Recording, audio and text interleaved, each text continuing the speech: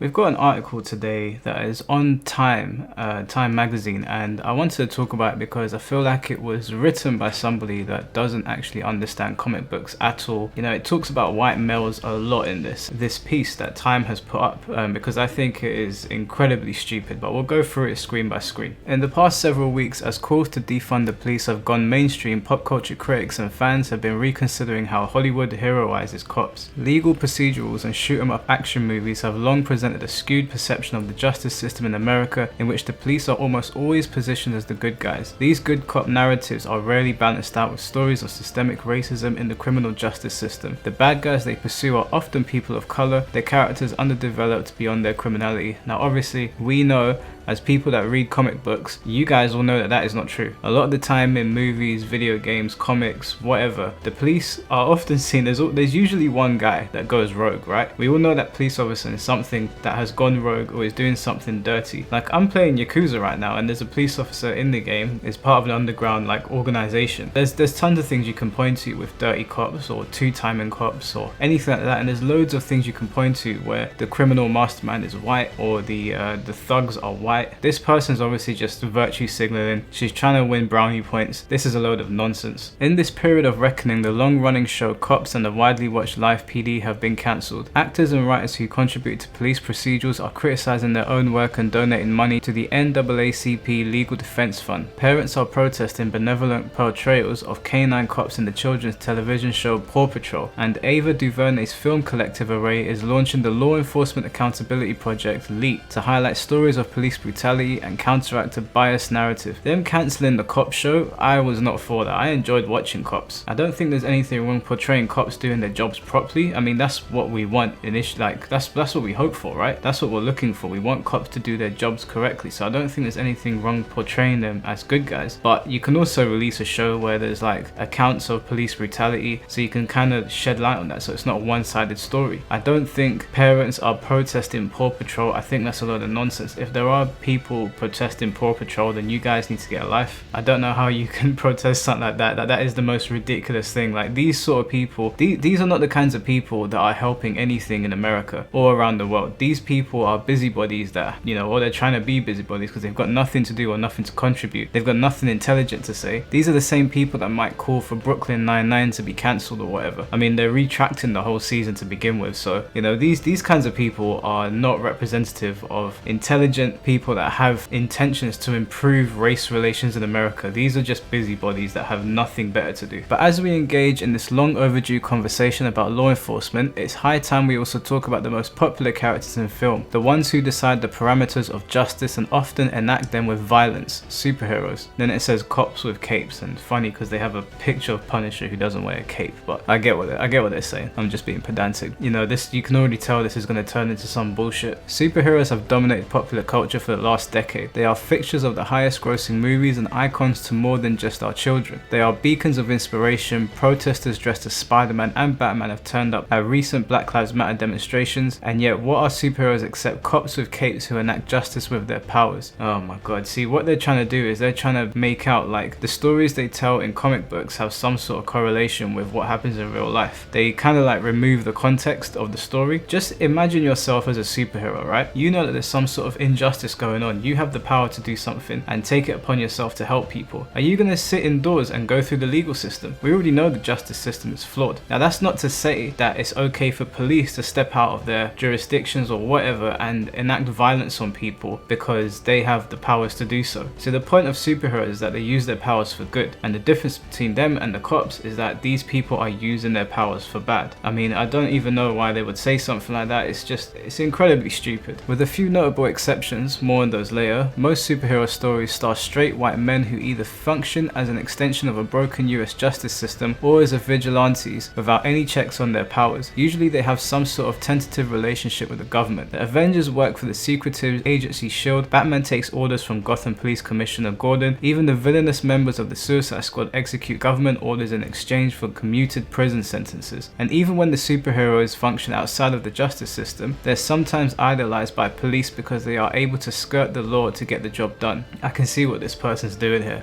By the way, we're not going to go through the whole article because the whole article is long. I really want to highlight some of the more stupid points they're making. You can see what they're doing here. This is incredibly stupid. First of all, Batman doesn't work for anyone, and the only people Batman might ever answer to are the Justice League. He certainly does not answer to Commissioner Gordon. He doesn't work for Commissioner Gordon. He works side by side with him to bring down people. I mean, there's nothing wrong with working with a commissioner that doesn't encourage his police officers to go out there and commit violent acts. There's absolutely nothing wrong with that. Also, if we went into the whole Avengers and Agents of S.H.I.E.L.D. sort of thing, and the Avengers working for S.H.I.E.L.D., this video will go on for like half an hour. That is a very deep and, it's a story that's been told for many years, and it's very clear that this person has only watched the MCU films. It's very, very clear that they don't know anything about the comic books. You guys don't know the comic books, you already know. I don't need to explain it to you why this is an incredibly stupid thing to say. The Suicide Squad, they were put together for that specific reason. They are criminals that would have died in prison, but they're given reduced sentences to go out there and do things that regular heroes won't do. And they engage in almost criminal activity, but they are criminals. So I mean, that's why they're called the Suicide Squad. They're sent into missions that regular people won't go into because the government don't care if they lose them or not. They're nothing like police officers. Like, this is so incredibly dumb. I mean, I almost wanted to switch off when they said that Batman takes orders from Gotham Police Commissioner Gordon. That's already a lie. That is a straight up lie. In fact, real life police officers sometimes adopt the symbolism of these rogue anti-heroes. The Punisher, a brutal vigilante introduced in 1974 Spider-Man comic, who also starred in a 2017 Netflix series, has become an emblem for some cops and soldiers, to the point where Marvel felt the need to address this in the pages of its comics. In 2019 story, a group of police fanboys run up to the Punisher and say, "We believe in you." One shows off a Punisher skull sticker on his car. The Punisher rips the sticker off and says, "We're not the same. You took an oath to uphold the law. You help people. I gave that up a long time ago. You don't do what I do. Nobody does." Another cop replies, "Like it or not, you started something. You showed us how it's done." Now, obviously, the Punisher does not reflect real life, right? So, or at least it's not supposed to. Now, there's going to be people that go out there and they're going to emulate things they see on TV. It's not just with comic books, it's with everything. It literally is not exclusive to comic books, and I don't know what you expect to become of the Punisher. I mean, within the context of his story, what is happening there makes sense. He takes down violent criminals in a way that the law simply cannot, and you have to imagine that there are good cops out there that wish they could do something more. They probably wish that they could go into these communities where there's a violent drug dealer who is destroying the community, and they probably wish they could do something that the law won't want them to do. But that should not reflect on Marvel's storytelling. Like, they tell a very good story with Punisher. I don't really understand what this writer's getting at. We don't want to open the pages of our comic books and tune into CNN. I don't want to be sitting there watching MSNBC. I'm there to read a comic and I'm there to enjoy, get involved in the world that they're trying to build. I don't know why you're trying to push like what happens in the real world into our comic books. I don't want to open a comic book and read Fox News. I don't want to open a comic book and see Don Lemon's face. I'm there to read the story. They need to remember that they're trying to tell a story within that universe, and it has no bearing on our universe. See, these are the kinds of people that come in and they ruin comic books, because this person is clearly someone that only started taking notice of comic books when the Marvel Cinematic Universe became a thing. This is clearly not somebody that ever read a comic book beforehand, because they wouldn't be saying something stupid like this. You know, I was having a conversation with someone not too long ago, and we were talking about the UFC, and they were talking about ring girls. Now, this person already confessed to me that they do not watch UFC, but they had a very strong opinion on the UFC ring girls. To me, it was just like, if you don't watch it, if you're not involved in it, just mind your own business. First of all, those girls have no problem doing that job, and for you to say that you don't want them doing that job because you somehow think it demoralizes women or it does this, that and the other, it's like, but are you invested? Like, this person right here is clearly not invested in comic books. They're just someone that went to the cinema or tuned into Netflix, and now they suddenly have this big opinion on comic books. She clearly doesn't know what she's talking about. The Punisher is representative of a larger problem in superhero narratives. When Batman ignores orders and goes rogue, Batman doesn't take orders.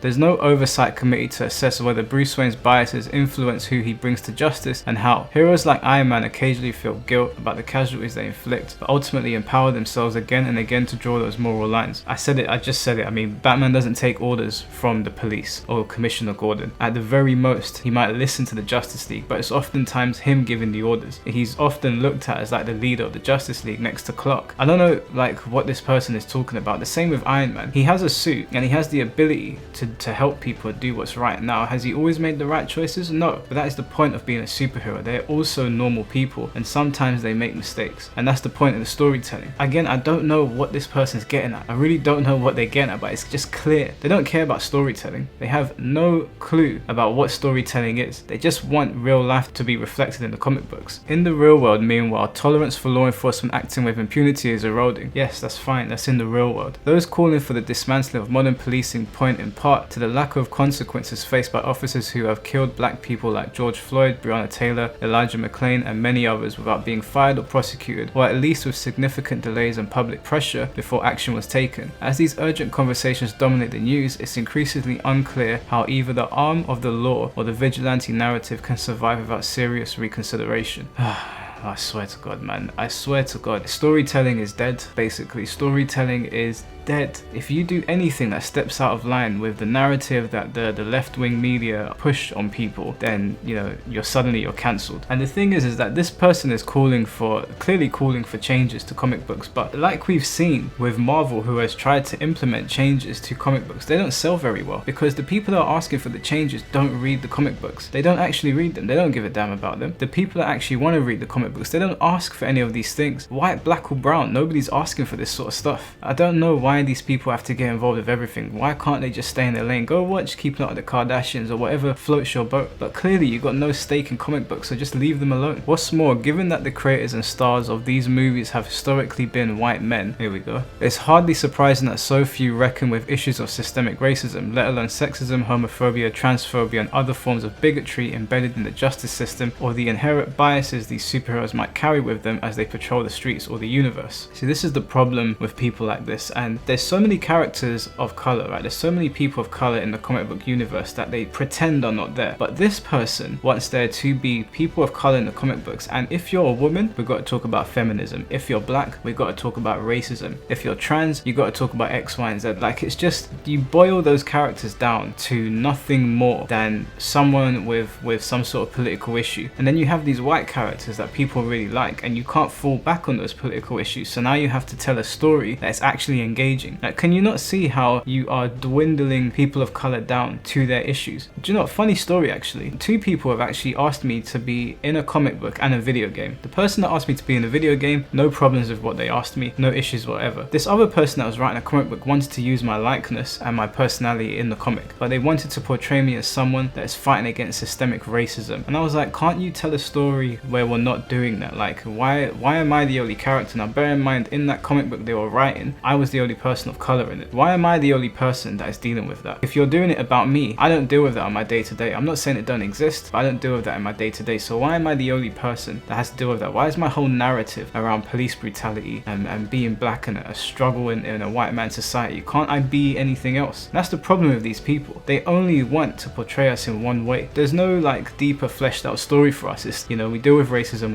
we deal with feminism or misogyny or just some nonsense, and it's just like, could you just stop? It's not to say that we shouldn't tell stories about racism and misogyny and all that stuff, but is that all we're ever going to be? And then of course this goes on to reference Spider-Man. So it says it's not just that superheroes act like members of law enforcement, sometimes they interact with them directly. Spider-Man has long had a complicated relationship with the NYPD. Last year's Spider-Man video game received some pushback over what many critics called propaganda. In that game, Peter Parker is a fan of the police, even fantasizing about being a spider cop. He spends much of the game fixing surveillance towers for the NYPD. I don't know if I could Like, I want to cite, but that would be the remainder of this video. When I was a kid, I wanted to be a police officer as well, because the idea of helping somebody sounds cool. The idea of being a hero for someone sounds cool. Yeah, Spider-Man goofs off and says he wants to be Spider-Cop and he has a costume for it and whatnot, but when I was playing this game, I never thought to myself, wow, these police are really nice. I don't like this game. This was an amazing game, and I don't know anyone that is pissed off with how the police were portrayed. This just seems to be something that's popped up recently, because back when this game came out, I didn't hear anything about it. Nothing. Maybe there might have been an article here or there from, you know, people that have nothing better to do with their time, but I never heard anyone say they have a problem with the police and how they were portrayed. But of course, I bet you any money this person is going to call for Miles Morales' Spider-Man to deal with racism and police brutality, because he can't be anything else other than a black man that deals with police brutality and racism. There's nothing else to his character. There's no supervillains to be fighting and protecting the city from. He has to fight against the police. I bet you any money that is where this article is going to go. But the introduction of Miles Morales, who made his debut in the comics in 2011 could offer opportunities to explore the contentious relationship between New Yorkers and the police.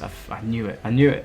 They couldn't help themselves. Miles, who is half black, half Puerto Rican, is the son of a cop. In 2018's animated Spider-Man Into the Spider-Verse, Miles' father doesn't know his son's secret identity. Miles spends much of the movie trying to reconcile his father's love for him with his dislike for Spider-Man as a vigilante. A Spider-Verse sequel is in the works, and many fans hope it will focus more on Miles and less on Peter, and deals with race more directly. Does it? Is that confirmed? Does it deal with me? I don't know. I don't know if they're just saying that. Before that, a Miles Morales video game will arrive, hopefully with a more nuanced take on the NYPD than the game that preceded it. With Spider-Man, who's a young man of color in a city with a painful recent history of stop and frisk policies, disproportionately inflicting trauma on young black and brown men, it would be a striking oversight if it doesn't. Really?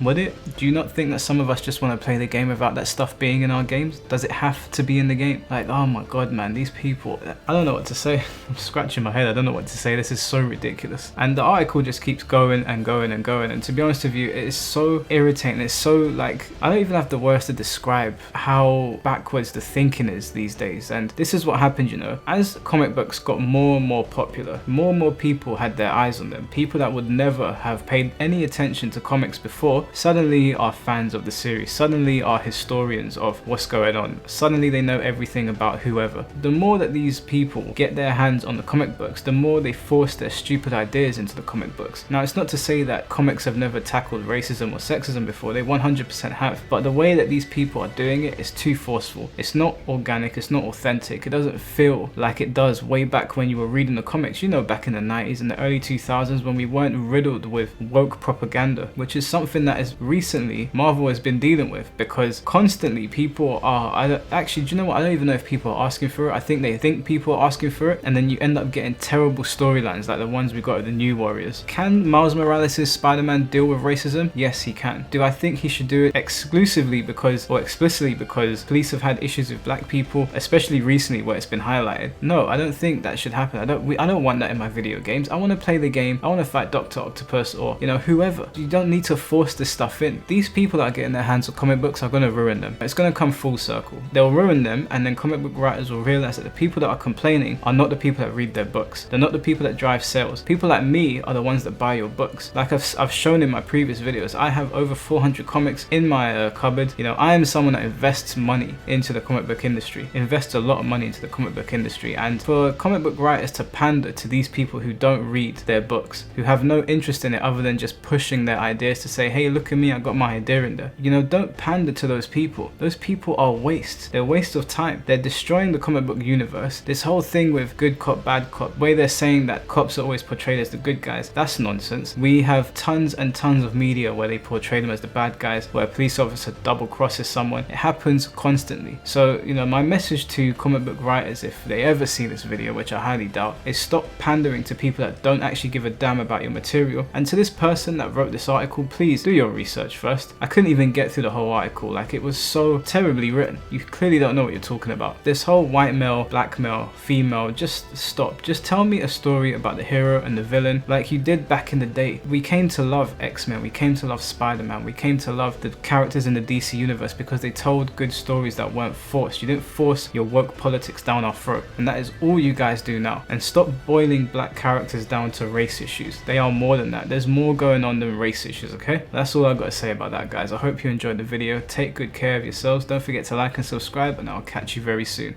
Peace.